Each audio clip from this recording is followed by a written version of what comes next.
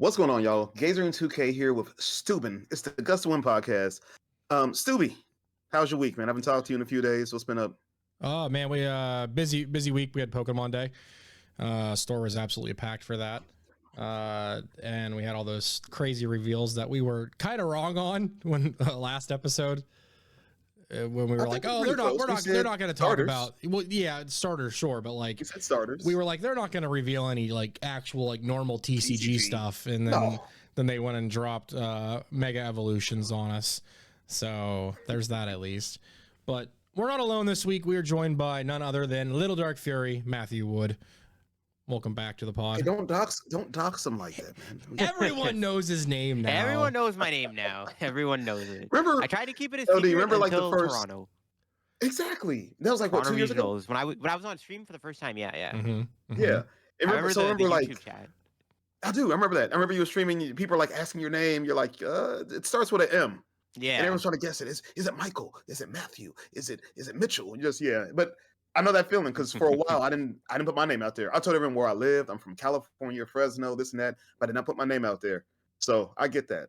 I completely get that, man. But LD, what's up, man? How are you? We haven't had you on in years. Well, we also haven't been here.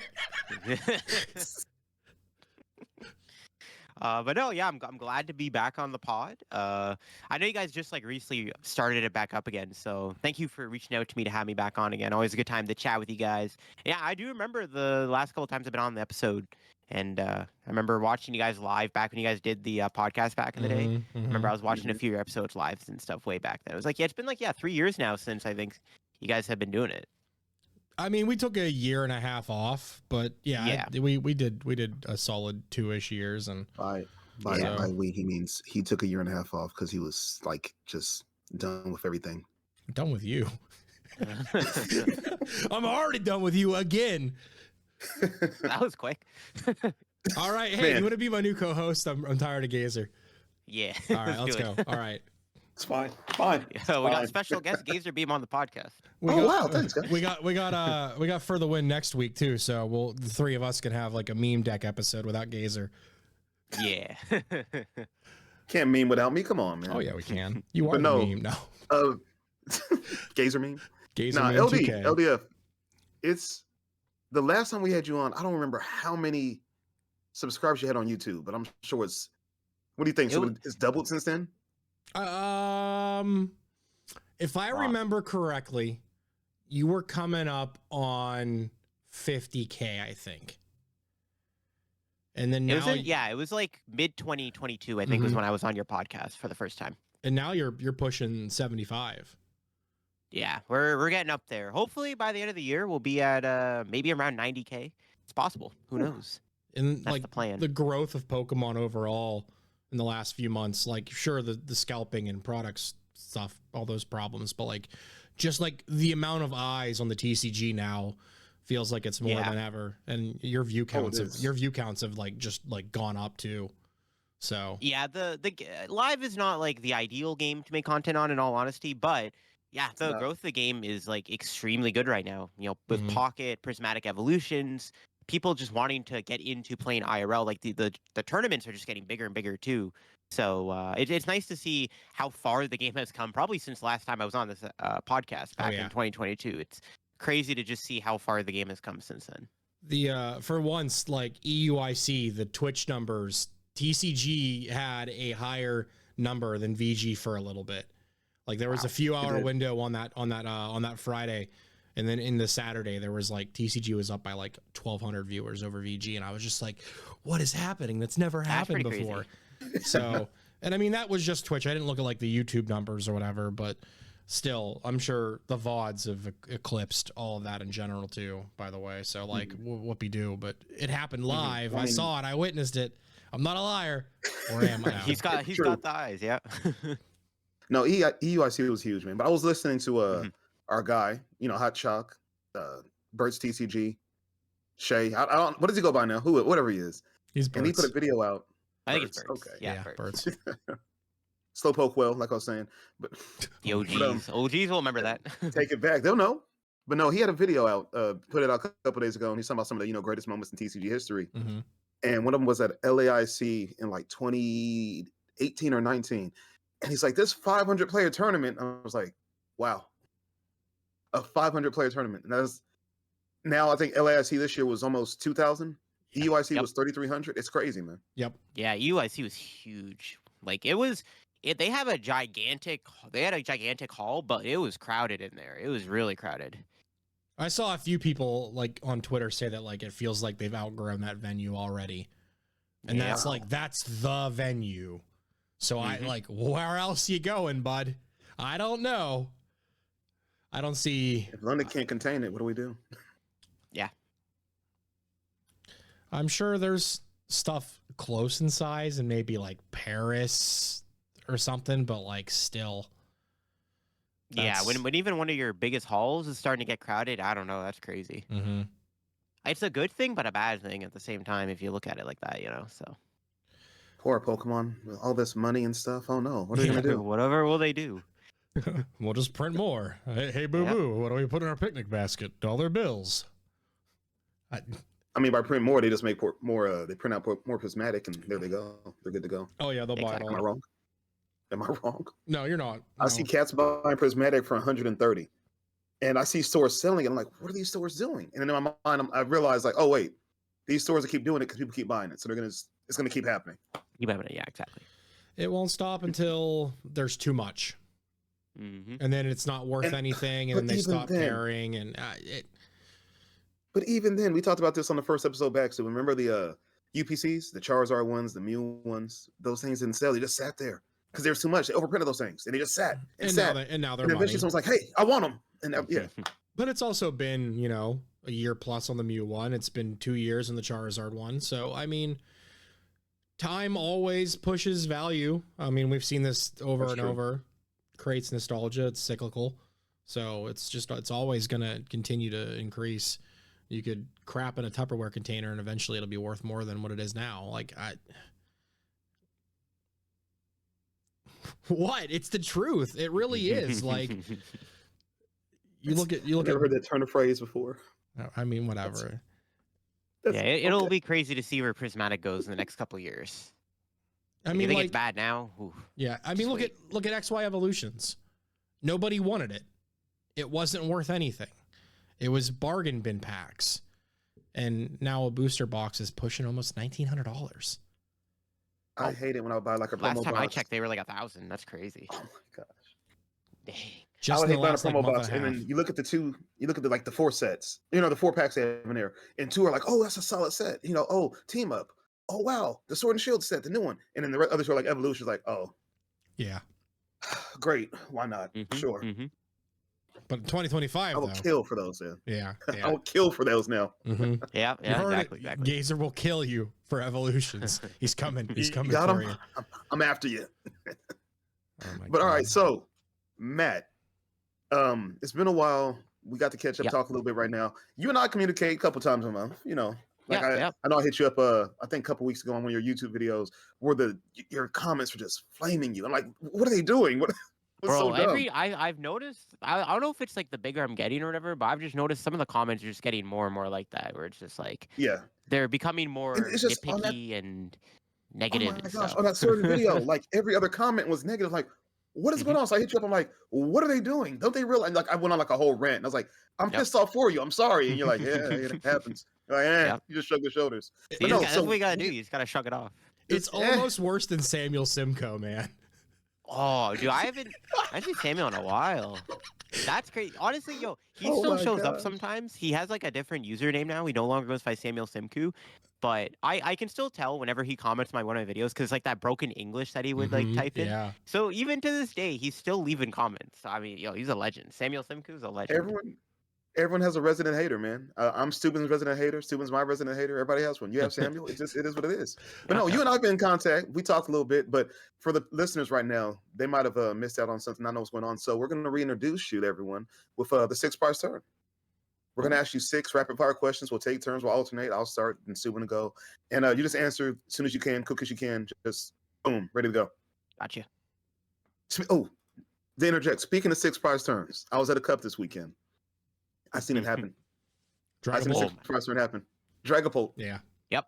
Yep. Dragapult. The guy was playing against like some type of evolution deck. It was like basically a win and then get in the top cut. If he wins that one, he just IDs in the top cut. And so like they're going at it, and the dude puts down the Eevee with the 50 HP.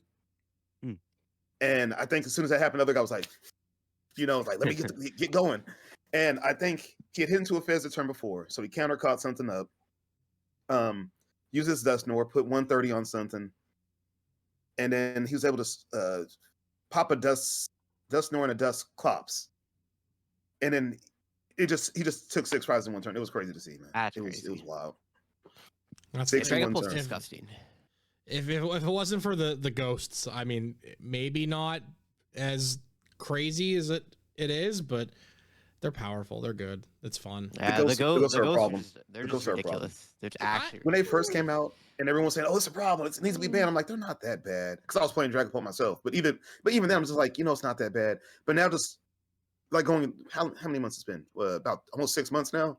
Yeah. Dealing with those things, they're bad. It's because you for me, I play Archelodon, so I bring out this big, beefy 300 HP Pokemon. I'm like, okay, I'm safe for a turn. I can do this and that. And they're like, no, you're not. And they pop a ghost, and then they hit me for 200, and then it's bad. They're a problem. They are, yeah. That's like a whole nother rant for a whole nother day, to be honest. I could go on about why those cards are bad for the game. But no, I saw a 6 prize turn this weekend. But we're gonna do the 6 prize turn right now. So I'll start us off. LDF. What is your current favorite meta deck and your current favorite like funsy deck right now? Meta deck, 100% Goldengo. Funsy deck, I would probably give it to like a Frostlass deck. Okay, this is a 2-prong. What is your most favorite and least favorite video from the last few months that you've put out? Oh, good one. My least favorite video, probably the ranking V video I put out on Monday. Pokemon TCU, I was down for maintenance, so I needed a video to record because I couldn't make a video that day. And then when the game went back up, the game was broken, so I couldn't record an extra video for EUIC. So I just improvised and made this video. The video didn't do good on my channel at all. Like, it flopped, it underperformed. I actually think it hurt my channel because my channel started underperforming for the past week or so. Like, I feel like it got hit out of the algorithm, so I'm just now trying to like get it back into it. So that video, easily my least favorite video. It was a fun one to make, in all honesty, but it just wasn't the right video. I watched it. Okay. What about the favorite? Favorite would probably be that's a tough one, actually. There's a lot of decks that I like really enjoyed. I mean, that's tough. Maybe like I made a really silly like Goldengo Archaludon deck that I won a tournament with. That would probably be one of my favorites. Okay. Just because I like Goldengo, and the idea of Archaludon was like kind of cool. Like, there's natural synergy between the two, and I've never seen anybody really like try that before. So I thought that one was kind of cool. Probably that one, just because I like Goldengo, and I considered that for UIC for a bit. Wow. Did you really? Ooh, to make it like the consideration for the tournament, that's wow. That's it's spicy. Crazy. But then me and my group were just like, oh, the Palkia is probably just better. I'm like, yeah. Maybe rotation, though, Archaludon could be good. Okay. All right, next question from me. I just had, and I think I lost it. Hold on a second. Where is it? Searching. Oh, here we go. Okay. You just went to EUIC. Yep. I know you, and over the last years of your traveling, you've met a lot of different, content creators, players, things like that. Has anyone like starstruck you? Have you met someone you're just like, oh my gosh, that's them? I mean, I haven't met this person before, but I've been around them, so that I'm also assuming they know who I am. And I'd probably just be Wolfie, to be honest. Like I said, I've never like talked to Wolfie before, but I've been around Wolfie. I was at the airport once, and I was in line with Wolfie. We both just were in line to get food, and like a couple like kids came up to me while I was in line and wanted me to like sign and take a picture with them. And like I'm assuming Wolfie saw that, so I thought that was kind of cool. There you go. But it'd probably just be him. Little flex? I haven't met any Little like flex? big, little flex, maybe. But I haven't met any like giant content creators. I mean, I've talked to other larger YouTubers before. I've talked to like Anthony Fantano recently, but I've never like met him.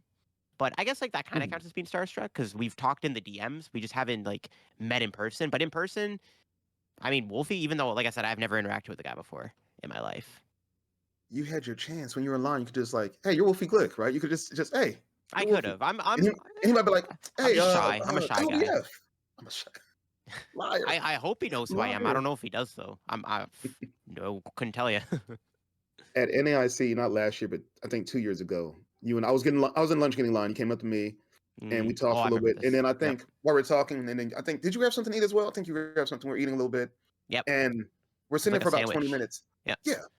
We're sitting there for like 20 minutes. And then I think like 6 people came up to you. They want to take a picture. They want to just say hi. They love this video. And I had maybe 2 people come to me. And the fact that those 2 people came to me and someone's like talking to you and they're like, oh, Gazer, you're here too. Like, so I guess it was like a total of 3 people. So I was like, hey, I'm half as famous as LDF. Were those 2 people I'm half like as famous. Manaya and like Josh Hatter? I think one of them was Josh Hatter. No, I'm joking. Okay. I don't think it was Josh Hatter. No. No, but yeah, I had like 2 people come, 2 or 3 people come to me and he had like 5 or 6. And I was like, I'm half as famous as LDF. This is, I can live with this. And I think we went inside and we talked with Shay and we talked with J Love. Yeah, and we had that. Like, We were like sitting down and stuff. Yeah. Oh my gosh, that was an awesome time. But that yeah, was my just first in that time moment, I was meeting just Shay too. So really, yeah, hadn't met him before that. Just being around you 3 in that moment, just like wow, these are the guys. Just I was starstruck in that moment myself for a second. I was like, whoa, guys. Okay, sir. No one's ever said hi to you, Steuben? I'm sorry, Steuben. No one's ever like, it's fine. Whoa, you're Steuben. No, I mean it happens, but like I also haven't been like traveling or anything this year, so That's fair. I haven't seen a tournament in a while. This season's kind of rough, so I'm taking but care last season of you went the to a home few. front. You said a few people actually came up to you last season. They were like, "Hey, I love the Gust to win, Steuben. Hey, when are you guys are getting back together? We miss you guys." Yeah, that's all anyone ever wants. Gust to win this, Gust to win that. It's never what Steuben wants. It's never what. No, I'm kidding. All right, we got to ask another question now. In all of the last few years, in all of the videos, what is one thing that you wish you would have done differently? Honestly, there's 2 things I wish I did differently. One, this isn't really like making videos, but I wish I streamed on YouTube and Twitch, or at least I wish I stayed on YouTube, because this was before they added the multi-streaming thing. I honestly, looking back, I'm like, dang, I should have stuck to YouTube, because streaming on YouTube grows your channel. And I don't really stream on Twitch much anymore. Well, I actually don't stream in general much anymore, but I don't like. I wish I did that more often, because I think my channel would have been even bigger now if I just stuck to YouTube. That's one thing that I do regret, that I look back on quite often.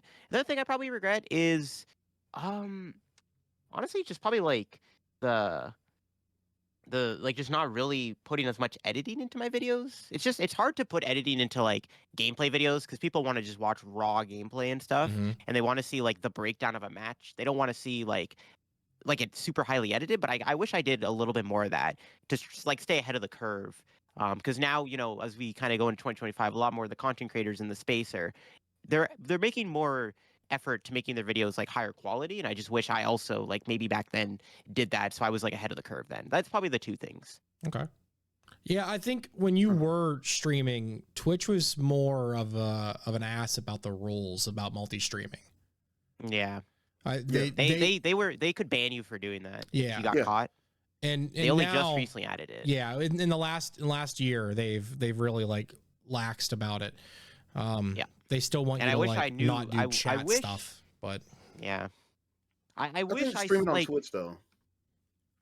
No, go ahead, LD. Yeah, I just wish I wish I stuck to just YouTube, because I in 2020 I went over to Twitch because I was like, I wanted to try something new, build like another channel up or whatever. And I do enjoy I enjoy streaming on Twitch. It's just like, had I just stuck to YouTube and streamed as consistently as I did on YouTube as I did Twitch, probably could have like had more subs now, because like whenever I stream, I usually tend to gain like a decent amount of subscribers, especially when like it's like during a tournament or like a new set release. The growth can be pretty good. So I could have been maybe close to 80K now if honestly, if I just streamed on YouTube for the past 4 years instead of just Twitch. That's one thing I do regret, even though it's kind of out of my control, because you never know, right? Like I didn't know Twitch was going to do multi-streaming, but had I known that, right, I maybe would have just stuck to YouTube. I think when you came over to Twitch, I think that it gave you a few, give you a bit of a reach that you didn't have before, give you a few people to see you there. And it let people interact with you a little bit more, so people got to interact, talk with you, because you weren't, I seen you stream on YouTube a couple times, but just at that time, YouTube streaming wasn't that great. And then you go over to Twitch Yeah. and he's getting more numbers on Twitch. But eventually that shift started to change just because your YouTube got so much popular and so much bigger. But I still think Twitch gave you some benefits. But yeah, if you just I agree. if Twitch had laxed on the rules a little bit more and let you stream on both earlier, and you were able to stream on both, let's say even 3 years ago, I think you'd be super huge right now. Just your phone, people know you a lot better and be more interested in what's going on with you and stuff like that. And I still think right now, if you just streamed more in general, and I know you can't because you have a lot of you put out a video every day. I was telling one of my locals yesterday. I said, he's like, who's on the pod this week? I said, well, it's a secret, but it's LDF. And I was like, I said that guy, he's a busy guy. It's a secret, but I'll tell you anyway. But I said that guy puts out a video like every day. So I get why you can't stream the way you want to stream. It's you grind, you put out a video every day. But I feel like if you stream now and you did on both, if you dual stream on both, I think it'd be good for you. It'd still be big for you, man. Yeah, I'm probably gonna start streaming again maybe near the end of March. Like I definitely plan on returning to streaming with rotation. I don't know how long it's gonna last. I'll say I'm gonna be back, and then a month later I'm streaming again. It happens. Being able to commit more than what you already have scheduled and planned to, live streaming is its own monster. And like you said too, with like the way Twitch is, they don't do anything to promote you at all. There's no discovery. There's no real growth there, but I think just the live streaming experience on Twitch is still just a little bit better than YouTube. Yeah, so I it's agree. It's a double-edged sword. Yeah, I agree. Yeah, I agree. All right, last question's on me, I believe. Night before regional, you're going to bed, you're about to lay down, but also you have a hankering, just got a want for something sweet. What do you reach for? If you have access to any sweet you want right now, what do you reach for? Probably Skittles. It's my favorite candy. Okay. Grab some Skittles. Okay. Yep. All right. I was just wondering. Stupid. Last question. All right. In terms of Pokemon TCG content in general, what is your perceived next step for everyone? Not just you, not podcasts, just like collectively. What do you think this sphere, the scene, needs to do to push forward? I think the next evolution is just like what Wolfie does, how he does like those like tournament report videos. He'll win a tournament and then he'll make like a 2-hour-long video essay tournament like review of it. Okay. I think that's probably the next step. I think a few people have done that before. I know Tim Danklin's done that a couple times. Celio did that a few times with like online tournaments, but I think that you're right. I think that somebody could probably get away with it. And like, obviously you have to have a deep run at a tournament. You can't just go like, you don't make day 2 or whatever. You actually have to have like a good run in a tournament for that video, in my opinion, to pop off. But I think, Azul could do it. Tablemon, Celio, Mahone could have. I don't think Mahone's playing anymore, but if Mahone, ever goes to another regional and does well again, he could easily do one of these style of videos. Because I think this is probably the next step for content creation. I thought the next step was going to be the more like James Cox, Kieran Farah videos where they like interview a player about a deck and like break it down and all that stuff, like really go in depth about the deck. But I do think the next step is probably the Wolfie content, which I would do. It's just I haven't had a deep enough run. Like my best placement so far is like top 32. But if I ever do get like a good like a top 16 or I bubble at a top 8 or like I make a sim cut, I 100% will probably try to make one of these videos happen, because I think this is probably the next evolution of the Pokemon TCG content, which is probably not there yet, but I think that's probably where it's going to be headed. Okay. I can see it. Yeah, Wolfie has been on an absolute tear forever. Yeah. And two, just like he is the face of VGC. There's no question about it. I don't mean to like glaze Wolfie this podcast. No, it's the truth though. I mean, like it's not even like objective. It's factual. The numbers are there. I think he's the face of just Pokemon, like the entire like competitive Pokemon, like even TCG. I think he's still like he's the face of like when you look at like these regionals and ICs and stuff. I think Wolfie's like the face of that. That's my opinion. Yeah, because he is like. He's big enough now where he's like mainstream. He's like a mainstream YouTuber that's going to these type. Or he started off not a mainstream YouTuber, but his popularity and growth with the game itself has both like coincided to make him like one of the biggest names in Pokemon. and then also like the face of the competitive side of like Pokemon in general. Yeah. Yeah, I think he's definitely the face of competitive Pokemon in general. Yeah. If you want to just say Pokemon in general, it might be someone different. I don't know. I mean, if it was Pokemon, I'd probably give it to like, I don't know, Leonhardt, maybe, honestly, maybe even Wolfie, to be honest with you. I would probably give it to like one of those guys. I don't watch a whole lot of Pokemon content outside of like a few videos here and there, but I don't know who the biggest YouTuber is right now in Pokemon, but I would assume it's like between like Leonhardt or maybe like Wolfie or Purple Cliff or something. I can imagine like the Mount Rushmore of Pokemon, and I would see Leonhardt and Wolfie easily on there for sure. Wolfie, Purple Cliff, maybe Danny Phantom, Pokerev, somebody like, I don't Max know. Mofo. Oh, like dude, that. I want like that's what we need right now. We need him to stop cold ones and come back and start ripping packs again. It's full degen, full degen pack ripping. Like just nothing was better than that. Those were the best pack openings ever. Those were so fun. Those were so freaking fun to watch. All right, that was the 6th prize turn. I was trying to just debate you with my last question. You know, night before regional, what snack do you eat? I was hoping you started thinking like it's gonna be something in depth, but no, just Skittles, just something, just Skittles. snack. Yeah, it's funny because I don't usually tend to eat a lot of food when I'm on like these trips. Like, unless we go out for dinner, like I don't tend to usually have a lot of food because like even during the tournament, I don't usually eat much because like I'll have an energy drink, but I don't eat because like if I eat food, I either get tired after or like it just I don't know, it makes me play worse, I guess. Like I usually try not to eat when I'm in these tournaments. Like I just don't eat a lot of food when I'm away. I eat a lot of food in general, but I don't eat a lot of food when I'm at these tournaments, I find usually. It's usually just little snacks and then we'll go out for like a big dinner afterwards or, you know, the night before we leave, you know, we'll go out for dinner on like the Sunday or something. So but for the most part, yeah. That's pretty typical. I hear that a lot.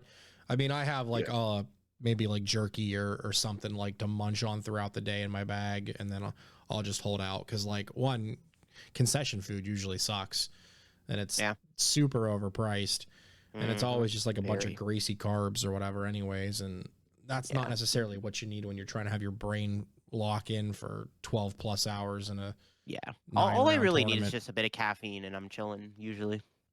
So you're trying to tell me the double cheeseburger with fries and milkshake that I get every regional is not great for me? Probably not. It's probably fine, but like if I were eating that, dude, I would just like in the next hour I'd be just so cold. You would just see LDF just sleeping on one of the seats just like that. Someone comes up to me, wakes me up, yo, you LDF. I was like, what? Huh? Yeah. As you pry like the ketchup from your face from the basket with the. Oh my god. Oh, yeah. I hate all the food that they try to shove inside of those, man. I can't think of like one exceptionally good food inside of a convention center, not counting Columbus because it's like a food court, and not a lot of convention centers have food courts. It's just like the typical BS. Yeah. To be fair though, the one time I have eaten at the convention center was with Gazer Beam.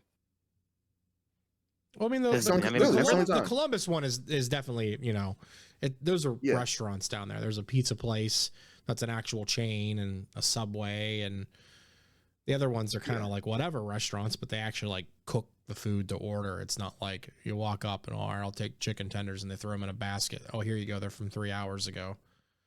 Exactly. Hope you don't get food poisoning. Yeah, heat lamp tenders. Yeah. I usually eat a little something in the morning, you know, a couple snacks here and there, fruit snacks. I don't know, something. Before I've eaten something major, it hasn't really affected me much. And then maybe later on in the day, not even halfway, maybe around round 6, I'll grab like chicken tenders. I'll grab I think I got a corn dog one, something like that. It's not like a heavy meal. But then when everything's done, after I scrub out like I always do, after I go 6'3" or 5'2", then I get something nice and hearty. Well, you've won 2 cups now, Gazer. I mean, you're on the come up. Next regional, bro. Day 2. Well, no, by that time, bro, lock in. No, unfortunately, Dialga's gonna rotate. I'll lose my Dialga. You'll be all right. Before we move on, I wanted to say I was very tempted to play Archaludon Dialga to San Antonio. instead of Goldango because I have a top 32 with Arceus and Palkia V-Star decks. Ah, dude, the Trinity. And I was like, dude, if I get top 32 with Archaludon Dialga, I could say ADP? I got top 32 with ADP. I wanted to so bad, but I just couldn't justify playing that deck over Goldango. That would have been really I'm glad funny. I played Goldango, but who knows? I mean, the beauty of that, you have Goldango has a great matchup in Archaludon anyway. So I mean, that's Yeah, well, that's the thing. I expected the deck to be popular. Hit 0, but I had a lot of Drago, so maybe I should have played it because I probably would have farmed all the Regidragos. I'm pretty. Oh my gosh, Regidrago, yes. Oh my gosh, really good against Regidrago. Yeah. What were people in San Antonio thinking? This is still a deck. This is hot. I could still play this. Drago's broken. I don't know. Every Drago game I had to actually like really use my brain. It was insane. Like all the Dragos in day 3 at San Antonio I hit, some of the plays I made were like unbelievable. Like I had to like go like outside of my comfort zone of like giga brain thinking. But a lot of the other matchups were just like, Vessel, Prime Catcher, take first 2 prize with Goldango, and then I win the game basically. I just go 2-2. But against Drago, oh no, I had to. It was insane how much thinking that went down. It's crazy. Goldango just seems like Goldango goes 2-2-2. 2-2-2. It does. The Palkia build, especially when you have the Prime Catcher in the deck, there's a lot of little intricacies that go in it. Maybe we'll talk about Goldango a bit later on, but yeah, Goldango, just love it. Well, we can hop over. Well, we can skip around a little bit, and we can talk about Vancouver and what's coming up with that, and where we think the meta is going to go. So that's a good segue into that. Let's get into it. What's on your radar for Vancouver? If you don't want to give away the play, you don't have to give away the play, of course. But you'll be in Vancouver. You'll be going there, right? Yeah, I'll be in Vancouver. I'm leaving Wednesday, so I gotta lock in. But me and my group of friends are kind of deciding on a couple decks now. We did play Goldango to EYC. One of my friends got top 64. Another one of my friends were able to make day 2 still. I didn't make day 2. I was the worst performing person in the tournament because I hit the worst matchups for the deck possible, unfortunately. But Goldango's definitely still on the table for Vancouver. The only thing that's a little sketchy is there's going to be a lot of cloth probably, and that deck has a horrible matchup against Goldango. Like Goldango cannot beat cloth. It's pretty bad. It's pretty bad. But it's pretty bad. It's pretty bad, yeah. But the thing is like, how do you beat that? You can't. They go Budu, knock you out with poison. You can't play Fez, can't play eSearch Pro. It's pretty. It's really bad. It's such a bad matchup. The item lock is item awful. Locked, and just the prize trade is not great either. If you have a Dango in hand, you have to boss up one of their 2 prizers and try. You have to try to go 2-2-2. You're not going to have the boss. That's the problem. Before Budu, Cloth was a free matchup because you would just go Cypher Maniac for eSearch Pro counter catcher. And then you just win the game, basically. Now you can't do that. Now you actually have to, like, not only do you have to avoid getting Pekran Donked, but you actually have to draw enough Buddy Poffins before you can't play them. Oh, yeah. It's pretty rough. It's bad. You just have to draw the nuts. But I will say this, me and my group that I'm testing with, we have come up with a decent idea of how to beat Cloth with Goldango. We might bring that idea to Vancouver if we play Goldango. But there's other decks we're, considering playing. It's not just the Dango. We have looked at other ideas. But yeah, Goldango's definitely like still on the radar. But we've talked about playing Dragapult too. It's the BDIF. It's probably one of the only 2 decks that like does beat Cloth right now consistently, right? So as long as you start not a Dreepy. Yeah. That's the problem. That is the problem. So yeah. We've seen what happened at EUIC. But no, I've seen the same thing happen at this cup this past weekend. I've seen Cloth get donks on turn 1. I also seen a guy start a Dreepy attach pass and then get Badooed and then lose the Hydreigon. Hydreigon won the cup. A Hydreigon deck won the cup. That is pretty exciting. That's sick. It's not even a bad deck right now, honestly. Looking at it now, looking at the build he had and just thinking about it over, I'm like, it's okay now, isn't it? At first I wanted to be like you, Matt. I wanted to be good so bad at first, and it just wasn't. And I tried stuff and it just wasn't good. And we have locals who will play and like, stop, put that down. That's not good. Don't play that. Stop it. And this guy from out of town came, and he knocked me out of Top Cut because I played Archaludon. I have a pretty good matchup into. I'm like, cool. And we're both bricking. Nothing's going on. But he gets the Cloth off, and I mean not the Cloth. He gets the Badoo off, and I knock out the Badoo. But I'm like, my hand is still nothing. What do I do here? And then he just goes, Hydreigon. It's on the bench, and he just passes. I'm like, I still have nothing. So I knock out like a Cleffa. Because he cleffed. And after that, he was just set up. And he went Obsidian, took out my 2 Duralgons on the bench, and Archaludon took damage. And then I expect him to take a knockout. He's gonna go 200 and discard 3. That's fine because I Fez.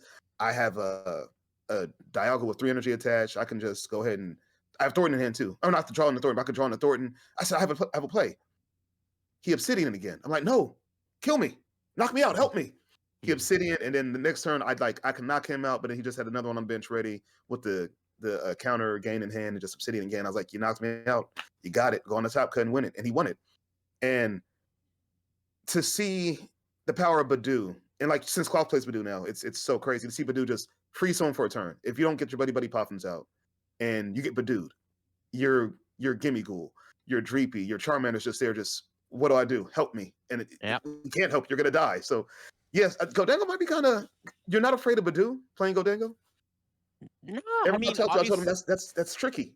Obviously, it's not ideal if they buddy you before you Poffin, but I mean, for the most part, if you just get a Goldengo and play, it's like, all right, 1 energy knockout.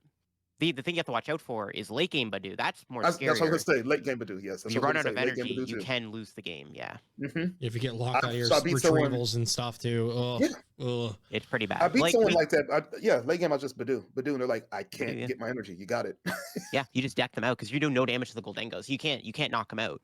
A lot of lists play Lana in the deck to get back the energy, but honestly, if you just manage, it's really not that bad. You can also play Monkey Dory, where if they Badoo you, if there's any damage on your board, you can just Monkey Dory to kill the Badoo, which is also a decent I got option. a buddy that's playing both, playing Monkey Dory and Lana's. He's playing both. He also threw into an energy retrieval too to get a couple energy back, like mid game. So he's really afraid of Badoo. I'm like, you should be afraid of Badoo. I get it. Badoo's very scary.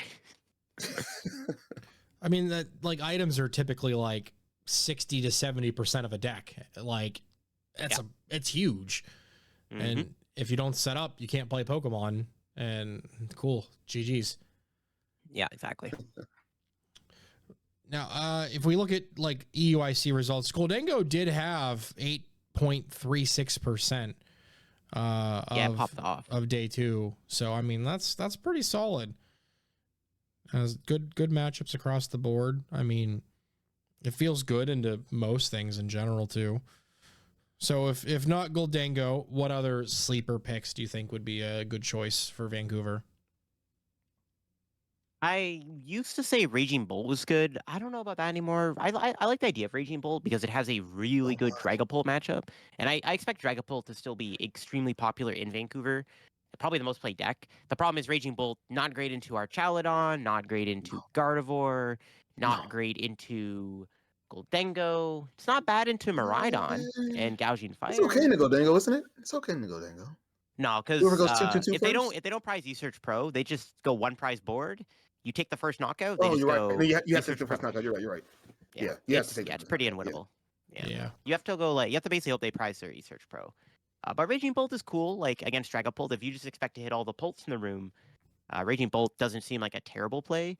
It's still one of those decks too, where it's like it punishes you for either not having optimal draws or for not, playing very well. Because sometimes Raging Bolt can still win games because the opponent like makes like a misplay or something, and it can punish you for that. Or again, if you just don't have a good setup turn 1, Raging Bolt tends to just kind of punish you, and it gets super far ahead to the point where it's hard for the deck to lose. I think Miraidon's still like a decent deck for Vancouver. Like I said, I expect a lot of Gardevoir and Dragapult. Miraidon farms both those 2 decks, I think. The problem with Miraidon, obviously, is there's going to be more Cloth.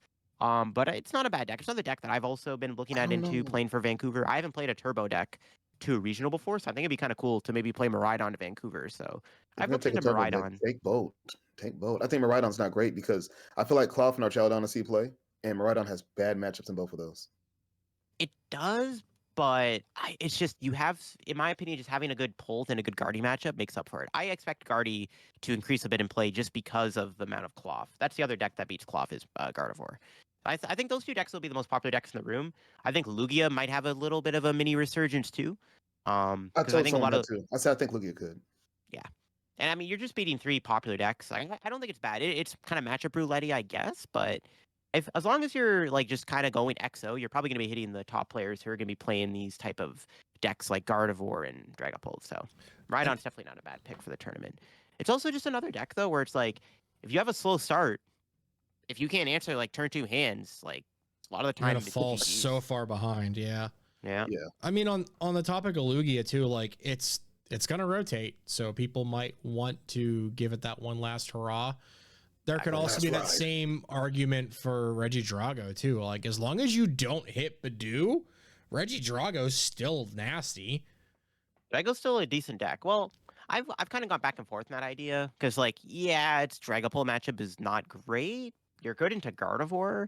You're good into Miraidon, I think, and you're decent into Goldango if you play the Radzard. But I mean, Archaludon's never been a good matchup. That deck still exists. Raging Bolt, you know, but I don't know. Drago still seems fine. I think it's actually not a bad sleeper pick either, in all honesty. And then there's been a lot of like talk too on Twitter about like Lost Zone blocks all of a sudden too, and it had a little bit of a pop off. There were 17 of them in day 2 at EUIC. So I had 2 of them day 1 at EUIC. Somebody who got top 16 with one of them. Grant mainly, yeah, got top 16. Grant took top 16. So yeah, I had a buddy from Bakersfield at the Cup yesterday, who brought Lost Box for one last ride, and he did not ride very far with it. He went 0-3 drop.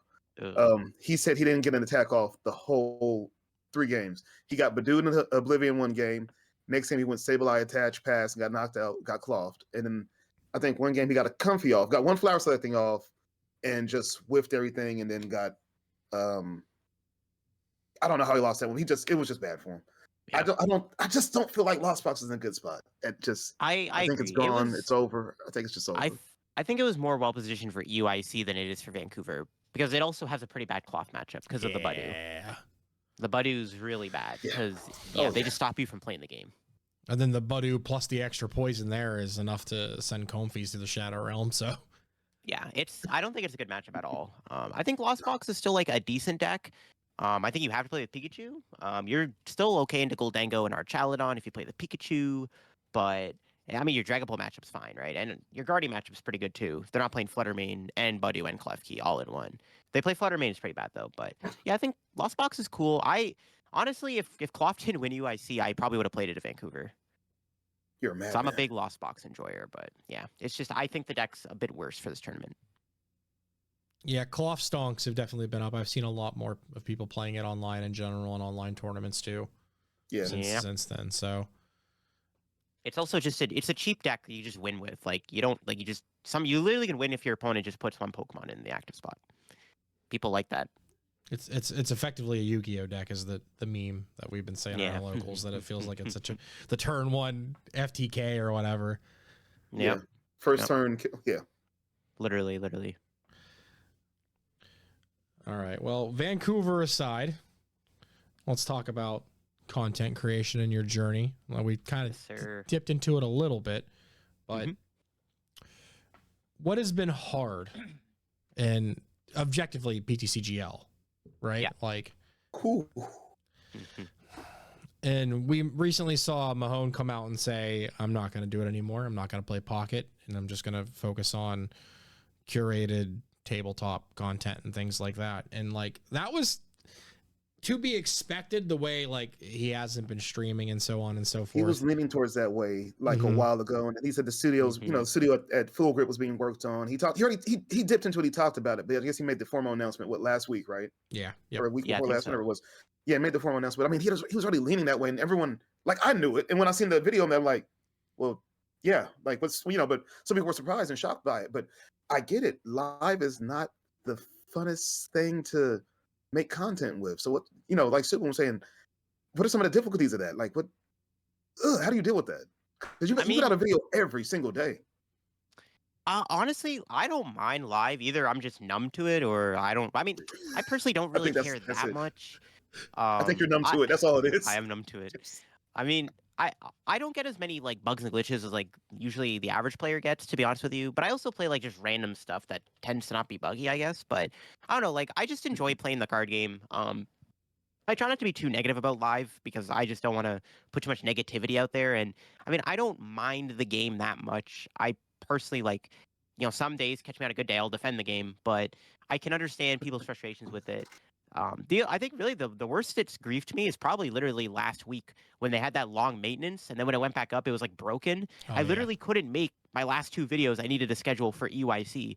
Then I had to record that ranking video, which potentially could have just tanked my channel. So that's like the one time it's griefed me. But I've never really had many issues with the game outside of like a couple bugs and glitches here and there. But I don't know, like I just enjoy making content, and I just enjoy playing different decks every day, even if it's on live. I would prefer to play PTCGO, and there's a ton of things I wish live did different. Like, bring bro, it back. bring it back. I still have it So downloaded on much. my computer.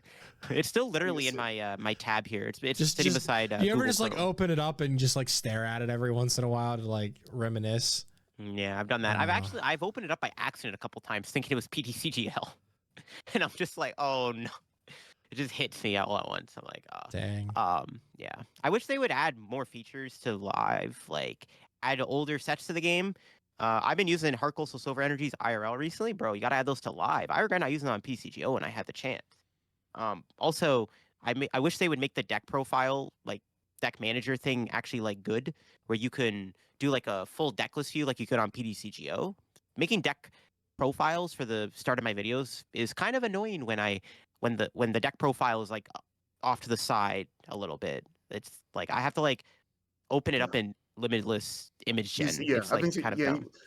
a lot of times you use Limitless. I'll go and I'll screen cap it real quick. Like, let me see this list, and then I'll tweak stuff and mess with stuff myself. But Yeah. before you just look at it when you're just as you're playing, as you're just recording, it was so much better. Jesus. And so it's much funny easier. because you can show the full deck on your phone if you do it on on mobile, but on the computer it doesn't do that. It's I just don't understand. Maybe I'll ask. Maybe I'll like hit up like a chat or something and be like, yo, can you add this please to the game? That'd be great. What else do you think they could add potentially to make it better for users and technically for you too? Like what else like would you want live to have? I know people have talked about like a ranked ladder, like a true ranked ladder, not the one we have. Honestly, the one we have is kind of Mickey Mouse. But I'm not somebody who really cares about ranked ladders too much, but I understand there's other YouTubers who want to see that. That would be a decent addition, like a true ranked ladder. Like I said, like I know there's been like this whole debate right now about how like a lot of the regional winners have been just grinding Pokemon TC Live. Like we've seen Henry Chow, Ala Blitzel, Gabe Fernandez, Liam Halliburton, these like top tier regional level winning players having really high ladder elo and winning these tournaments because of grinding live. Whatever. I mean, maybe it's because I play like so many like rogue decks. My elo tends to flip flop and go up and down, but live, depending, like the quality of player is not as good. You have to really put in a lot of work and grinding to actually get to a high elo. So like a true ranked ladder would maybe fix those issues because the elo on live is iffy. Like I have like every day I get like a game or two where my opponent makes like a really bad misplay and it screws them over completely and it caused me to win the game. And I'm like, bro, people are gonna think that I'm hiring paid actors to make these big throws when it's like it's just the average person on the ladder or just they're not as good as like people that are high up in the elo. Like I'm not going to record a video and like hit Andrew Hedrick on the ladder, right? At like 1500 on the arc tier. I'd have to be in like 1800, 1900. So a true ranked ladder would be kind of cool. It would maybe make content easier, and then people can also make videos grinding the ranked ladder. Also, bringing back the tournament system they had on PCGO would be kind of cool. I don't know how they'd implement that, but I miss that. That was fun. Oh, the old theme deck you guys remember ones for Players Cup? coins. Yeah. Oh yeah, with keys and stuff too. Remember Players Cup with the keys and those things. That would be such good content. They could do a Players Cup too. Why don't we have those things? Like it makes no sense. We don't have half the things that PTCGO had. I know. I mean, if you go to Twitter and you find Twister Pilot, he's got the graphic that shows, it was say 3 years ago live came out, and here's some of the things that they finally added. Here's the things they were missing from the beginning. And he said, keep in mind that PTCGO had all these things before it shut down. Like, it's crazy. Like, you just wouldn't, I don't want to say copy paste, but you wouldn't just take what PTCGO had and just like, okay, we're going to do, tweak it, improve it, put our little touch on it. But a lot of things PTCGO had, just hold on to those. I miss seeing a wacky deck online and be able to, copy paste it. If they, if they leave it open and use it myself. I miss, it's finally here now, but I miss being able to add someone just right after a match. Like, hey, that guy was cool. Let me add him. I miss those moments, man. Yeah. I think one other thing they could add to the game so Pokemon TCG Live, for, as bad as everyone says it actually is arguably bigger than PTCGO ever was. Like, there is a lot of people playing the game. There's a lot of new people coming to the game. Like I said earlier, Anthony Fantano, the Needle Drop, he's I've been talking to him recently. He's been playing a lot of Pokemon TCG Live. Like, that's crazy. These like other massive content creators that don't even play Pokemon or make Pokemon content, I should say, are playing Pokemon TCG Live because it's such a easy, accessible game to play. It's It's the easy to build accessibility. decks. The growth of the game, I would attribute the growth of these IRL tournaments also has helped or been in part of why TCG Live has been more successful. At least Live potentially has helped these regionals grow, or it's been vice versa. Live could add more game modes. Expanded format is pretty dead. I make expanded content because it's extra videos and there's a lot of cool things you can do, but the format is dead. Like, it takes a while to find games sometimes, or I just play against like random binder drop stuff. But I will say, if they added extra game modes like GLC, they can make a GLC. I mean, they'd have to probably add the black and white format, obviously, to do like an entire Yeah. GLC. But they could add GLC to the game as a ladder. That'd be pretty sick. They could add, Legacy. I'd love to see them bring back the Heart Gold Soul Silver era, bring back Legacy, bring in like the Diamond and Pearl era, like retro You want your Pokemon would be level kind of X's, don't cool. you? Those level Yeah, X's. yeah. I built retro decks IRL recently, but it'd be cool if they were on live. Like, there's so many things they could do with like extra different like side things. They can make a format with no rule boxes allowed, right? Like, just like a ladder with no rule boxes, or like a ladder, like a GLC ladder could be added to the game. Stuff like that, like a legacy ladder. There's other ladders they could have than just standard, because I think there's enough players on live nowadays, and the game is going to keep growing, that you could reasonably do that without having everyone spread out too much, where like one format's less populated than the other. In my opinion, I think they can get away with that. Yeah, the popularity. It's kind of like overall. how Fortnite does it. Yeah, every zero builds, Lego Oh, yeah. festival. Yeah, same thing. Yeah. I mean, and it shows populations on all of them all the time, and they could put the population of people queuing actively, like have it say, okay, in the last 15 minutes, let's just say 12,000 people queued into standard. In the last 15 minutes, 5,000 people queued into expanded. 300 people queued into GLC, and like, okay, cool. There's people actively playing right now. Like, they could do it. They could. But and it also make for good content, because it's just more videos I can make than just playing standard every day, which isn't bad. But it's like, when you have to come up with a standard deck every day, and sometimes you run out of ideas, or you really have to like look outside the box, or go to the bottom of the barrel. The extra game modes, extra formats would be really cool for more content. Yeah. Yeah, because then you wouldn't have to cover the same card multiple times in the longevity of it being alive and standard. So exactly. And I mean, that makes Like, sense to do it every once in a decks? while, but exactly. yeah. As more cards release, it makes more sense to go back. But like, if you're in the same like set format, then it's just like, all right, well, I accidentally have to, or not accidentally, unfortunately, unfortunately have to make a video on, I don't know, Butterfree EX. It doesn't exist 14 times. Yeah, exactly. Yeah, but still, I remember when Frostlass first came out, and like and you just met this guy for the win. He fell in love with Frostlass, and he had like 3 Frostlass videos in like a week and a half or something ridiculous. I was like, man, he really likes this card. But like, after you do that so many times, like you said, I don't want to see you scraping the bottom of the barrel. Like, okay, what card can I tap into next? What did well online that no one's seen before? Like when that Sinister deck like popped up out of nowhere. I know that was good content for you, but that only happens every so often, where like a random deck just takes a tournament by storm online. Without that, you have to happen all the time. Come up with your bad deck Friday decks. You have to come up with something just like, I know this isn't great, but let's see if I can win a game with it, and just for the content almost. But like, if we had extra modes, or if, like I said, when we had the key system, when we had the Players Cup and stuff like that, that I would stream that. That makes such good content, because like everyone's into it, they're watching, and like, oh, it was so good. I wish we had that. I wish we had just some of those more features that are missing now. Yeah, it's definitely still more bare bones than PCGO was, but if they add those, it's really good. And it does look like. So you talked about what you. Oh, go ahead, Sibin. My bad. It looks like they're going to try and monetize too, the way things have been going, and if they do, what do you think they're going to do with monetization? Like, what would they be selling? I guess it looks like maybe alt arts are going to be locked behind paywall potentially, and of course the cosmetics. But like, what else could they monetize? Like a bring back the premium battle pass at a price, or what? And if they do, hopefully that funds gets put towards the development of the game, and I'd be okay with that to an extent. Yeah. Yeah, same.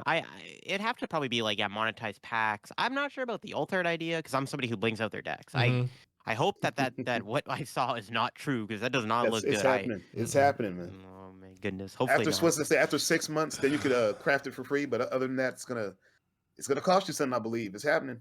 That's crazy. Hopefully that's not the case, but I don't know. Like, yeah, microtransactions. Like, I mean, it's good for the game as long as they don't do anything with them that's like too grief. I don't. I can't really think of any way they make it like super bad for the game. But microtransactions could be good for the game. I think for sure. Like, it funds the game. It makes the game better.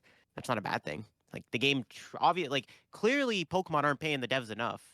To be honest with you, like I hate to say it, but it probably is true. Like the game is really, it's buggy. They take a while to fix these bugs and glitches. Like I think that the game is like fine, like it runs fine, it's decent, but obviously it's, there's issues with it that either the devs aren't getting paid enough or whatever the case may be. And I think microtransactions would probably help with that for sure. And like to compare Pocket too, like Pocket has so much communication forward from devs. Yeah, that's and it's I mean, sure, it's monetized to all hell and back with like getting packs and everything. Very monetized. But at least that money is going back into it. So I mean, if they do it, fingers crossed, man. Let's put 10% of the money of whatever they make from live back into it, and hopefully it improves things.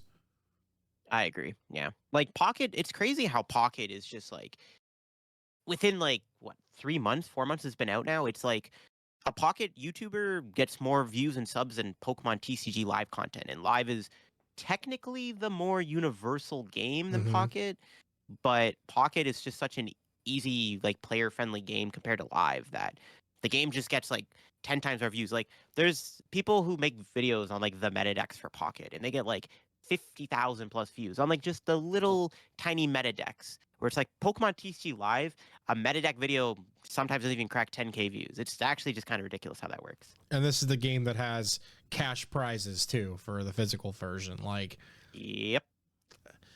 You actually have like good things on instead of just like random Earth Day Pocket tourney with 1,500 players in it, with like maybe like cash prizes of like $100, where it's like compared to a regional. This deck won a 10,000 player regional championships, 10K views. This deck won a 1,400 player online tournament, 50,000 plus views. You're looking at all those views like that Charmander, like the Obsidian Flame Charmander, huh? You're like, yeah, I want them. I want those views. I know. I do. I like every now and then a Pocket video will pop up in my recommended. And I do watch a bit of Pocket content. I actually play Pocket every day. Like I actually really enjoy the game, but it's just it's kind of sad to see. There's like Pocket YouTubers who started off making like I don't know if it was Pocket, but they were playing like other like small games, or they would be like Pokemon shiny hunting channels. They would have less than like 1,000 subscribers, and then overnight their channels are now pushing 100K subs because Pocket has just exploded their channel. And it's like, bro, I've been making videos for like 12 years now in Pokemon TCG live / online, and I'm only at 78K subs. Like, I'm grateful, but I'm like looking at all these other channels who get like millions of views a month, and they're like gaining subs really quickly, and I'm just like, damn, bro, like, why can't live have that same effect? That's crazy. It's just actually crazy. Just channels pop out, like it's just crazy. Or like channels that'll talk about like money values of cards and like like, oh, today there was a buyout of Slowpoke from Scarlet and Violet. It's now $40 and it has like 20,000 views in a day, and the channel has like 100 subscribers. And it's like, what is happening? Yeah. I put out a tweet like, what was it, 2 weeks ago when that whole Yu-Gi-Oh! Pokemon debate came up about Pokemon content. And I'm like, I think that still kind of applies for these other games like Pokemon Pocket and IRL collecting. Like, wow, where is Pokemon TCG Live not getting these views? Like, to be honest, like me, Azul, and For the Win are probably like the 3 big channels right now on the game. Yeah. We probably get the highest view count on the game. That's the ceiling. The ceiling is not very high. Like the ceiling is on a average day sub 20K views unless a video truly pops off. But on Pocket, videos are getting upwards of 50 to 100K views a video, or Yu-Gi-Oh videos are doing the same thing. They're getting like 30, 50K views. And Yu-Gi-Oh content is wild because they'll like say the most messed up stuff and they eat it up. They love it. It's crazy. Like, have you ever watched an MBT video? Nah. I've not. No. Oh my god. But like those guys like Triff and MBT and Simo and stuff, just like it's insane what they're doing and how many views they're getting just within Master Duel and adjacent to it with like the crossover of physical cards. And it's wild that like Master Duel has its own metagame versus the actual metagame of Yu-Gi-Oh! And then the OCG, the Japanese version, has its own metagame. But the fact that like it all just gets so much views in comparison to anything Pokemon TCG Live or like competitive Pokemon, it's nuts. It's so crazy. Yeah, like you'd think that Pokemon cards would get more views than these other games, considering Pokemon is one of the most popular things in the world right now. Nope. I think like really to like get views, you either have to make like a decent clickbait title right now, or you have to make a video on a popular Pokemon. Like anytime I make a Charizard video, it does really well on the channel. I make a Gengar EX video, does well on the channel. If I make a video on like Blastoise EX, Venusaur EX, does really well. Greninja, Garchomps, just popular Pokemon get views. But it's like I can't make a video every day on the most popular Pokemon in the game because I'll run out of videos. You can't make 7 Blastoise decks? I wish. I'm trying to make a Blastoise deck right now but oh my god, let me tell you, bro, Dragapult is not a good matchup. Even with like Black Belt and Max Belt in the deck, it doesn't help. But you have Solid Shell. They don't one-shot you. You're fine. You live. Bro, they just go Dusknoir, Phantom Dive, and then you have to try to get 2 energy back on a Squirtle. And you gotta deal with Budu, don't forget. You gotta deal with Budu.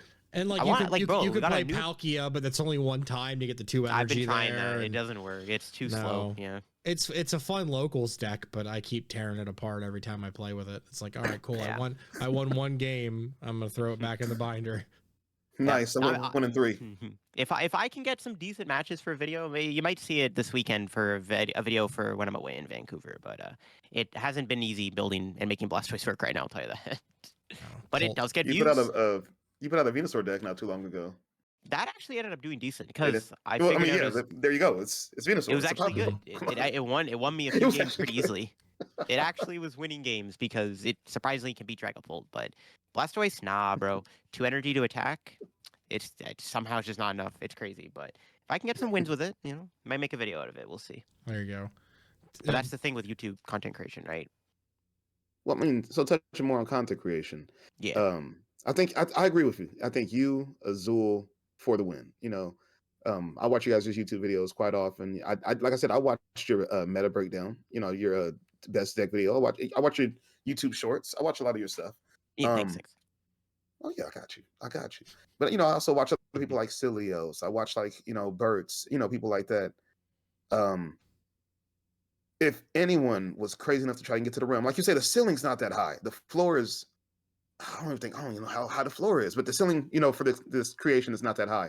But if anyone wanted to get into it, like, what would be the first steps to take? For just content creation? Yeah.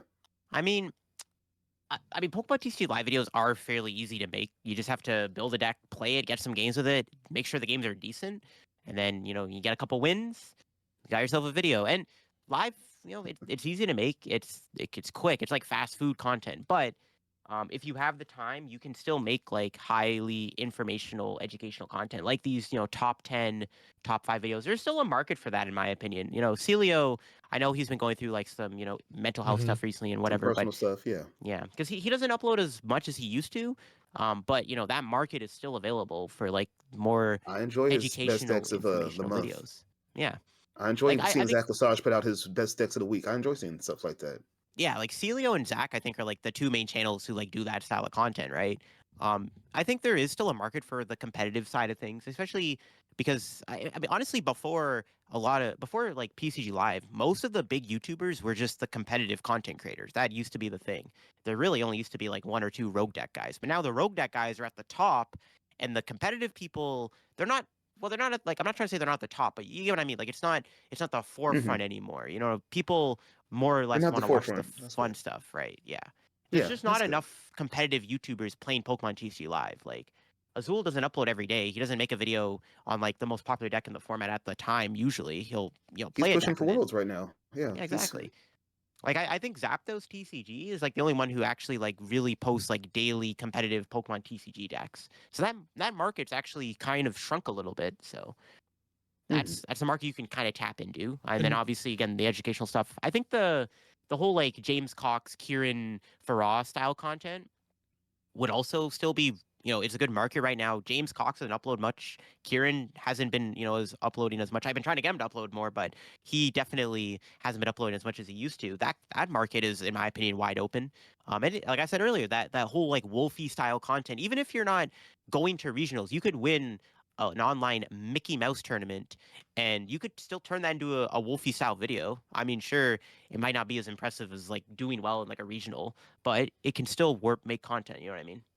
yeah, I feel like you said earlier too, like Tim Danklin's been doing really good with stuff like that in general as well, and Yeah. crossing that bridge.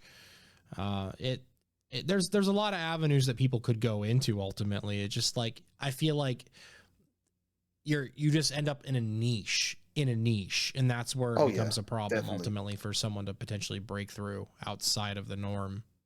Yeah. Definitely. I know just for streaming in general, just me. I was never as big as you, but I feel like I, had a decent, amount of views on Twitch. Mm-hmm. But I would stream NBA 2K. I would stream Crash Bandicoot, and like my close personal friend Steuben, you were there for a lot of stuff like that. Oh, But always. like the random people, not random, the people who would come just for Pokemon wouldn't show up for that because I became part of this. I got pigeonholed into this niche of, hey, that's a Pokemon, that's a funny Pokemon guy, I like him. So Yeah. I was not playing Pokemon. Who else is playing Pokemon? So you do kind of get tied into a niche, and it's kind of tough to get out of that sometimes. Yeah, exactly. Yeah, I mean, I like to do variety streaming because it's like I like to play other games too, and I couldn't lock myself into the Pokemon hole as much as I love Pokemon. Clearly, it's everywhere behind me and around me, and I work at a damn card shop and I do coaching and stuff with juniors and seniors, and I have to play other games, and I have to find a balance to like do content in other shape or form too. So it's a little bit harder too once you do like really push yourself outside of that square to either one break back in or to stay inside of it. Yeah, I agree.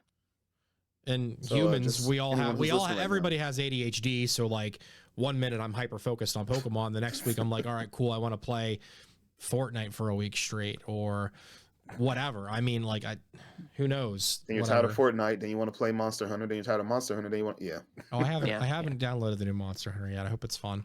You haven't done it yet? No, not yet. I haven't had time. I watched a couple videos. Of it. It looks okay. But yeah, just so anyone listening right now, if you ever want to get into content creation on the Pokemon side, you heard it from LDF, myself, and Steuben. Don't. Just don't. Just give up your hopes and dreams. Don't do it. Not what we said You'll at be all. tied into the Pokemon lifestyle for the rest of your life. There's nothing you can do about it. Just don't. And even being a top Pokemon player, content creator is not going to be worth that much. It's just don't. Be a Fortnite YouTuber. Even then, like, man, I'll stream Fortnite, but I will never make curated Fortnite content if that makes a difference. Like, I'll never go out of my way to curate a Fortnite video. But sure, I'll plug my Epic Creator Code. Stupid. Put it in the item shop, baby. But still, I think the money is playing a mod of like. So my son likes watching. My son's almost 4. He likes watching. There's this one YouTuber who plays mods of Fortnite and mods of Roblox and stuff like that with Bluey characters. Bluey's from that cartoon show off of Disney, like the little blue dog and stuff like that. And he does voices over for it, and he gets millions of views. I'm like, why? You don't sound like any of the characters. You're just playing random stuff. You're shooting things. What are you doing? And it's genius. It works. So I'm like, I think that's where the money is. That's where we have to go. I agree. All right. We have to find popular IPs already, and then just do voiceovers for them. Honestly, I'd say like go to Pocket because I think the Pocket market is still open before it gets too saturated. But I don't know if Pocket's gonna last forever. Like it might be like Pokemon Go, where Pokemon Go got millions of views in 2016, 2017, and obviously now Pokemon Go's not as big as it used to be. Its chokehold is gone from the popular conscious, but it's still popular, but it's not, it doesn't get millions of views. Like the lifespan is not as good. At least with TCG Live and TCGO, it's been kind of just steadily rising. It's never been like whoop and then just like goes down over time. It's just always been like steadily going up, which is, I guess, good. It could be worse than the game just like dying randomly and then like, Yeah, like Go isn't dead per se, but just like the decisions that Niantic has made have really like alienated the casuals, and that's what has Pocket so popular, is just like the casual audience. Yeah, exactly. And I feel like even though the casual audience, our game just doesn't have the casual audience. No, you're either hardcore competitive or you're ripping packs. And so like that's exactly what it is. It's exactly what it is. It's wild. We're in a weird, weird time. I look at some of the regional streams and how they have, how they switch the whole stream setup, the whole overlay to, the show, more in depth what this Pokemon card does, what's on the bench.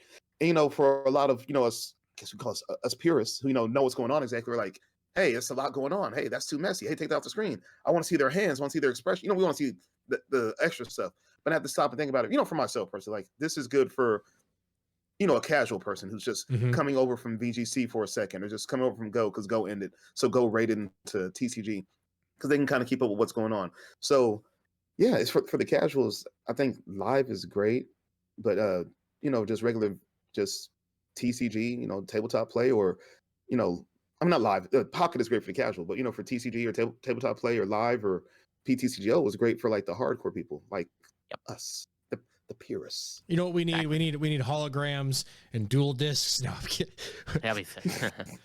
Then everybody can keep up. That'd be perfect. The next step of the Pokemon trading card game is card games on motorcycles, and then we're turning into all the Yu-Gi-Oh YouTubers now. 5Ds, maybe in 2077.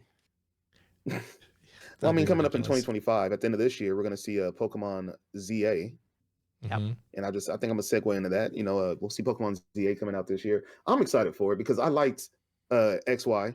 I think that game was had some untapped potential. A lot of things were cut from it. After they had the Terra leak come out a few months ago. We've seen a lot of stuff was cut from it. Yes, and we've seen a lot of stuff was cut from it. I knew the game was unfinished. I think it seemed like it was just like a test run to me. But I really did enjoy Kalos, and to go back into it is going to be fun. This Kalos, man. Yeah, this arrived. This week, I finally got to use it at one of the shops today. But put it closer. Oh wow, I enjoy it. You get all of the Kalos Mons, the Zygarde forms. Yeah. I wish they would have put like the core on there, but I guess like the symmetry of it would have been off. But yeah, no. I feel like Kalos had like the fewest Pokemon, like fewest new Pokemon to come out. I think it was like 80 something like that. Yeah, but they put out like what 20 megas. They put out like 20 megas. So it even out to like 100 new Pokemon plus forms, I guess, in a way. But I'm excited to go back to ZA and go back to Kalos when that comes out. But Pokemon Day happened. They finally showed some information about it. They gave us the starters. They revealed them. But they also gave us some TCG news, which myself, King Dre Cloud, and Steuben, we all said that's not going to happen. But we did see some TCG news. And they showed us that megas are back. We all knew that. We knew megas were going to come back because it was going to tie into the game. But they're back as 3 prizers. And it looks like they come from stage, just single prize Pokemon.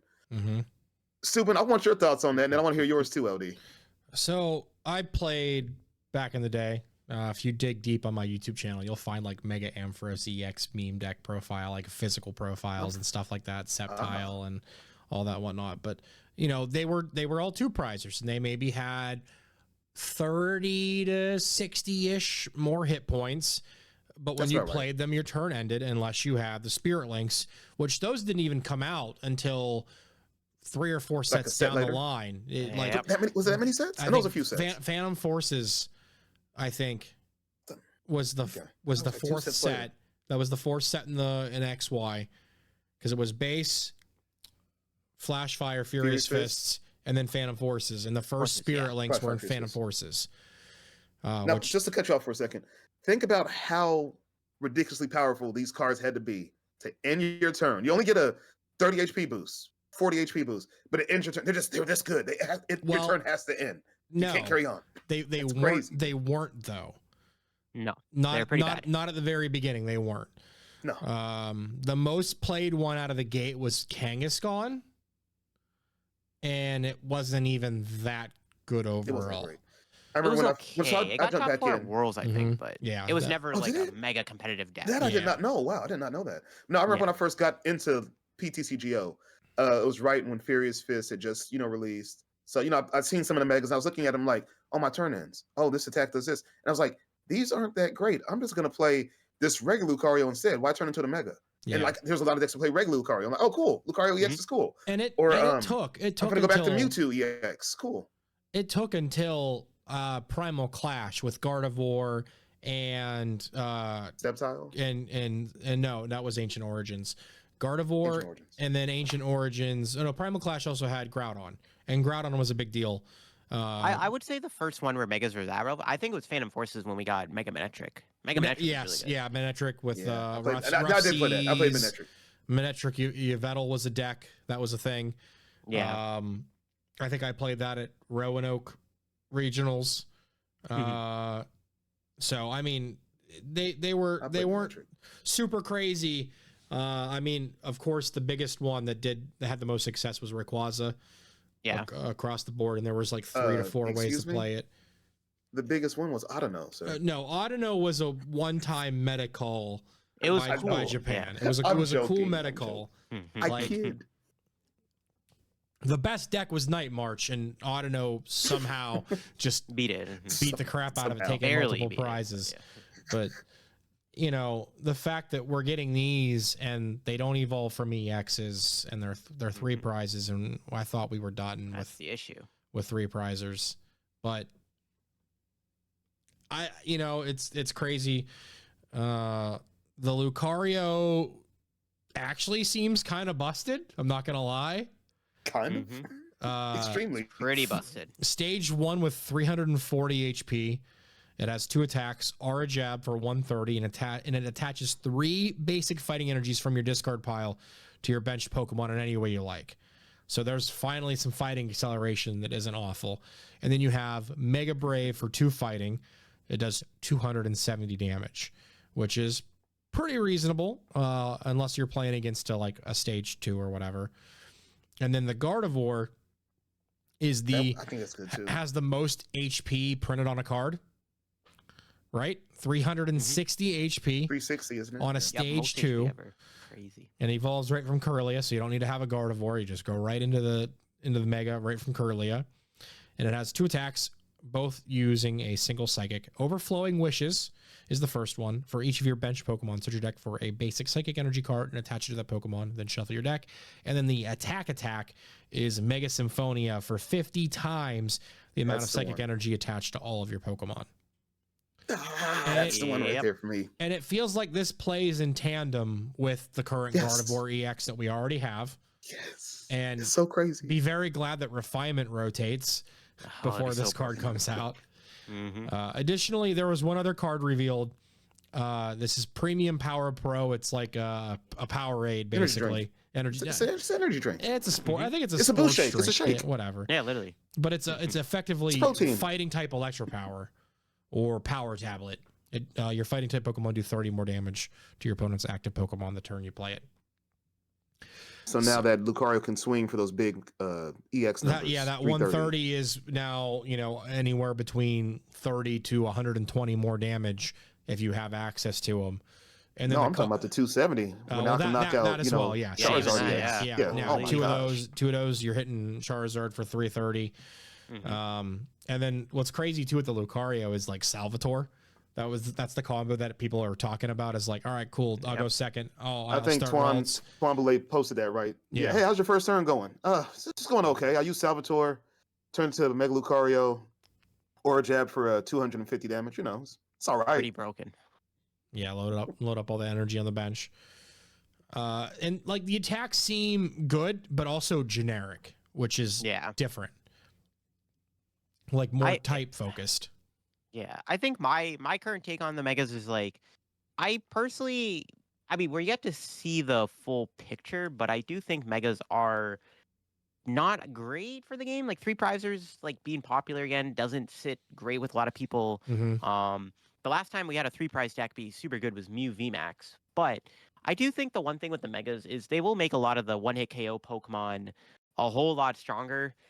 Stuff like Shempao, Raging Bolt, Roaring Moon, Goldengo, stuff like that. Like those decks are going to be more popular because these megas, like it really depends if the megas are popular, right? If the megas are not that popular, or at the very least people realize that they're good, but just other decks right now are outclassing them because they can do so much damage, they can easily kill a mega Pokemon, then what's the point of playing them?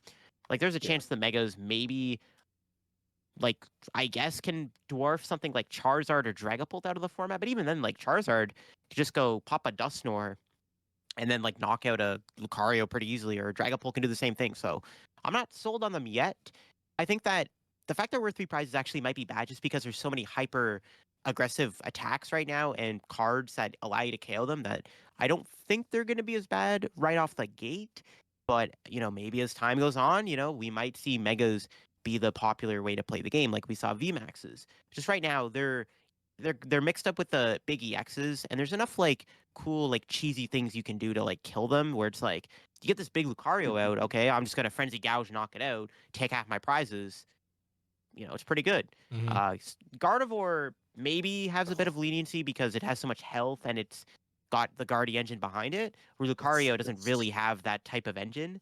But I don't know. I'm not sold on them yet as actual like very good cards, or at least they're good, but I'm not convinced that they're actually going to be like S tier style decks. Like in a vacuum, in a vacuum, they're great cards. Okay, yeah, there we go. Okay. In terms of the metagame, we're not going to know until we know everything else. Too. Oh, Matthew, I was about to. Oh, Matt.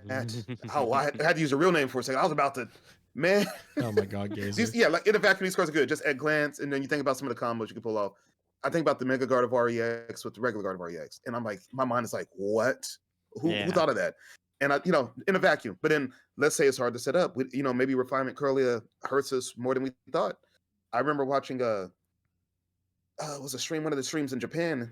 Was it the City League? But there was a Gardevoir matchup, and they were both struggling to get a Gardevoir out for like 4 turns. I'm like, does Refinement hurt that much?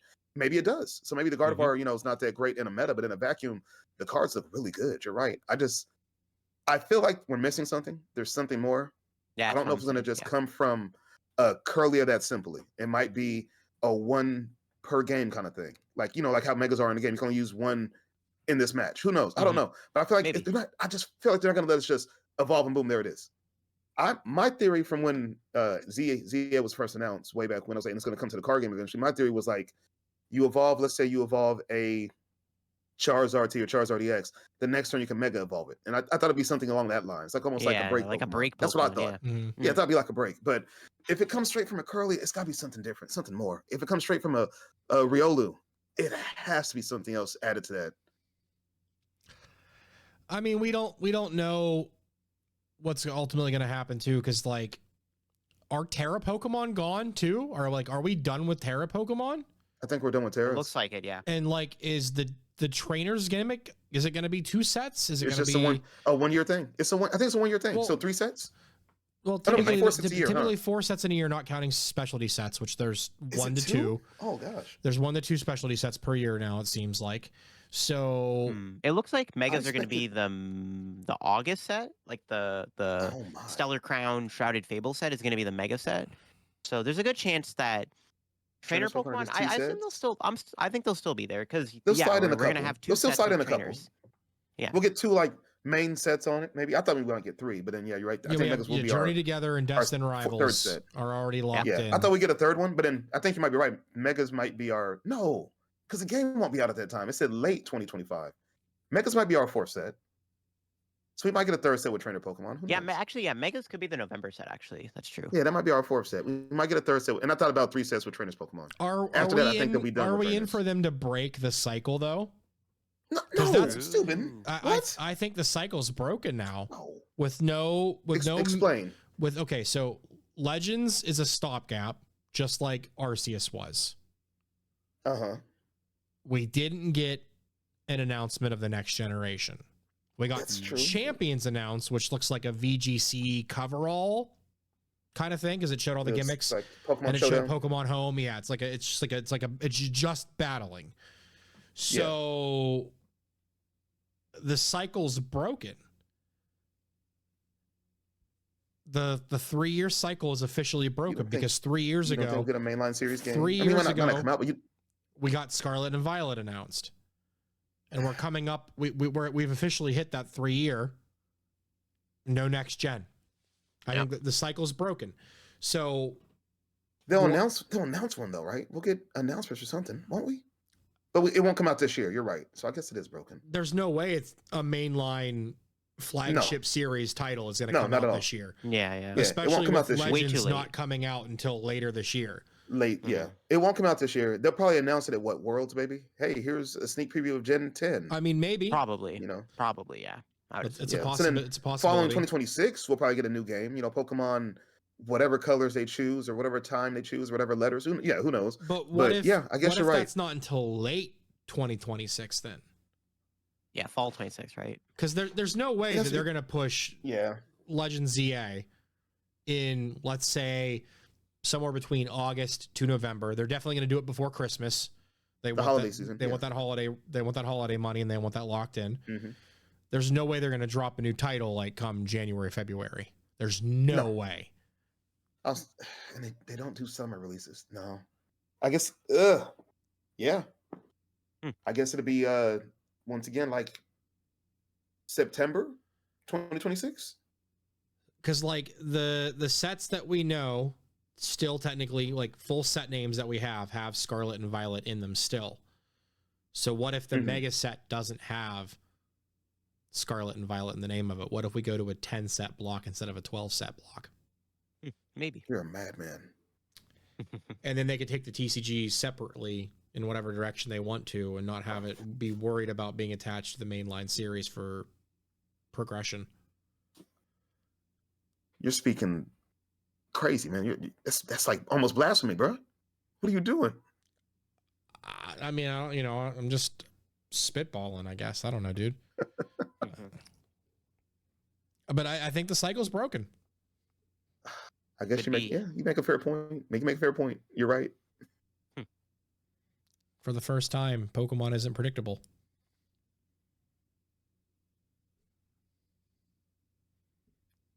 Are you just like dumbfounded now, Gazer? I'm just going back and thinking about when did things start to get broken? When we didn't get a Pokemon Z, that kind of like threw things off, right? Or no, I take it back. When Black 2 and White 2 came out, we didn't get a Pokemon Gray. We got Black 2 and White 2. That kind of that was the first time where the cycle got thrown off, wasn't it? I think so. And I mean, kinda? Sun and Moon had Ultra Sun and Ultra Moon, but that was within. Those were within those 3 years, though. Mm-hmm. Black and White and Black 2, White 2. It wasn't 3 years and then 3 years. It was like in between that 3-year window. No, I'm going deeper into that. So you got me thinking about stuff now. I'm going down the rabbit hole. Listen here. I'm going back to, it used to be red and blue, yellow, gold, silver, crystal, right? Black, it should have been black and white, gray. No, they went black and white, Black 2, White 2. That's the first time the chain was broken, right? Sure. See? So now I'm just thinking about, how often does this get thrown off like that? Now, I think you might be onto something. I'm going to have to do a deep dive into this. Okay. I got to get my tinfoil hat on for this one. I bought a Fire Energy today. Is this close enough? Close enough. It's holographic, shiny. It's a EX Dragon Fire Energy. I have a Generations one. It was a nice $3. I paid $3 for this. That's a pretty good pickup. Pretty good. That's not terrible, actually. That's not terrible. But no, I think you might be right, man. You might be onto something there. We're not going to get a mainline series game out this year, and then it might not be till late next year. So yeah, I'm not sure what they're going to name the TCG sets after that. Maybe they'll just stop printing TCG for a few months. Come on, that'd be crazy. There's no way. You got me thinking about everything now. You got me thinking about all the options now. What could be happening right now? Daddy Pikachu would never leave that kind of money on the table, dog. There's no way. They would never shut the printers off for a whole year. Let them eat cake. Boys, we're cooling down for a while. We'll see you in 6 months. How would that affect the market if they just said, F it, let's stop printing for a year? Dude, that'd be crazy. Oh things would blow up in value. It would go nuts. The Pokemon, what's that, Academy Battle Deck? The box, the game? Oh my gosh, that thing would be worth How much money? Well, they sell for $25 at MSRP, but most places sell them for $12 to $15 because they just want to get rid of them.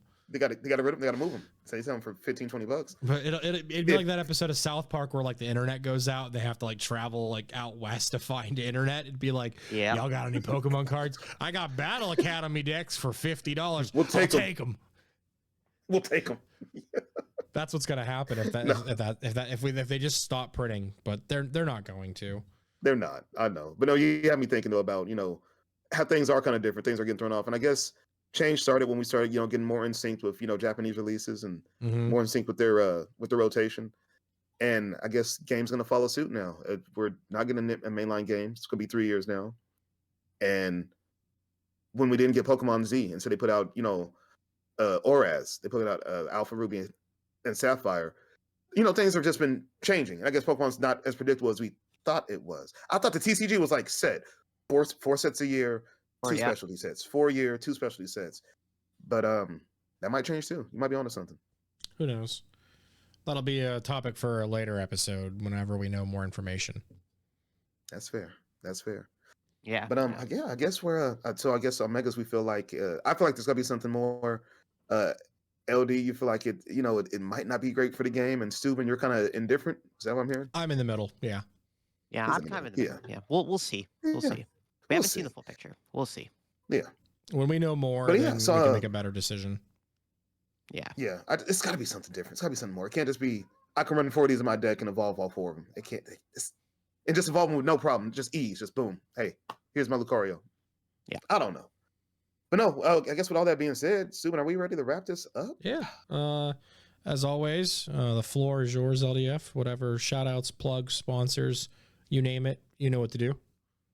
Yeah, once again, thank you guys for having me on. Good episode once again. And yeah, if you ever want me to come back on, just hit me up and I'm always down, of course. Always. Yeah, big shout out to the Shuffle Squad, the team I'm on, and then shout out to my main channel, LittleDarkFury, and then my second channel, LDF Pokemon TCG, if you want to go check out both them, check them out. Subscribe to them both. Got row content and more competitive content on the second channel, so check them out.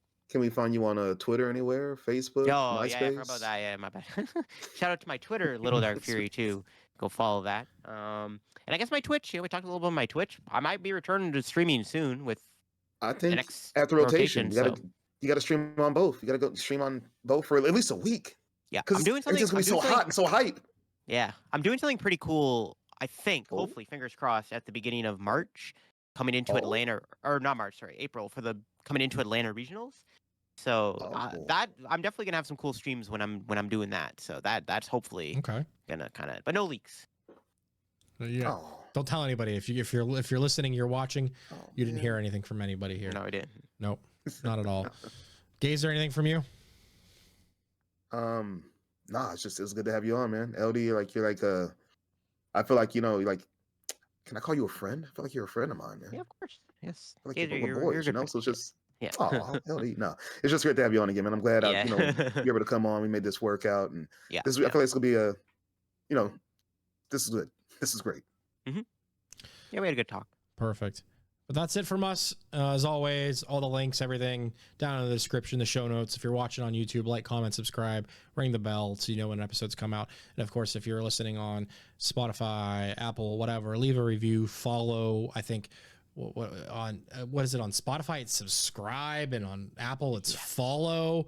So all of those things, do those. Leave reviews. Make them fantastic. But that's it. Much love. We'll see you guys all in the next episode. Peace.